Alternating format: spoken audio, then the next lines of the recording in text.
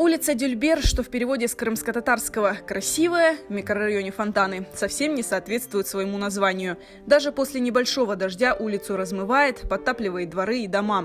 Последний подарок стихия преподнесла жителям улицы Курбан-Байраму.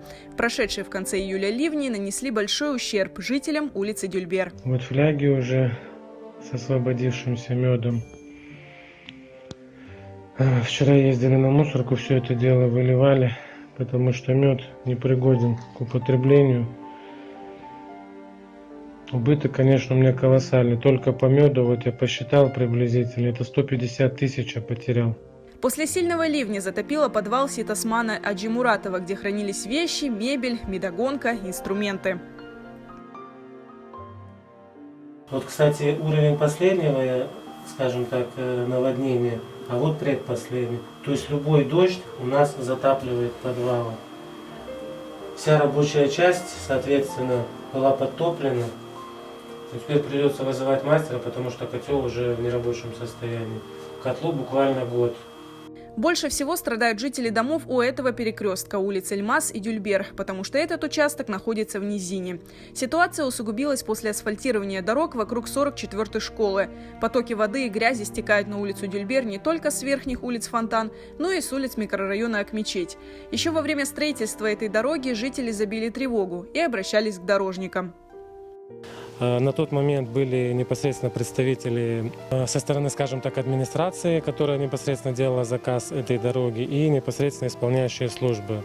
На мое устное обращение, как раз этот момент был после дождя, у нас также затопило, я даже на машине сюда не смог заехать. Они сказали: извините, проект уже узаконен, он исполняется, ливневок на протяжении 5 километров дороги, то, что они делают, нет и не будет. В итоге каждого, даже небольшого дождя, жители улицы Дюльбер ждут со страхом. Мы здесь уже сами, своими силами, не раз. Денег сколько мы скидываем, сколько мы это камни, щебни выспаем. Вы посмотрите, видно, что здесь когда-то был камень или щебень. Оно все уносится этим потоком, потому что поток не маленький, там, как Ситосман говорит, до 50 сантиметров оно достает. Все делается за счет средств людей, которые проживают на этой улице. Постоянно собираем средства, отсыпаем дороги, как определенные погодные условия, ливни, дожди, все как на пороховой бочке. Постоянно у всех затапливает, наносится ил, расчищаем за свой счет, то есть несем какие-то убытки.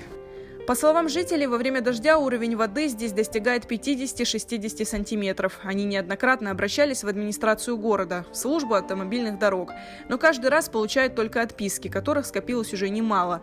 Неделю назад глава администрации крымской столицы Елена Проценко побывала в микрорайоне Акмечеть, чтобы увидеть состояние дорог после дождей. Она назвала улицы массива полосой препятствий, но до улицы Дюльбер на Фонтанах Проценко не добралась. Хотя жители уверяют, много раз обращались на горячую линию и оставляли свои контакты.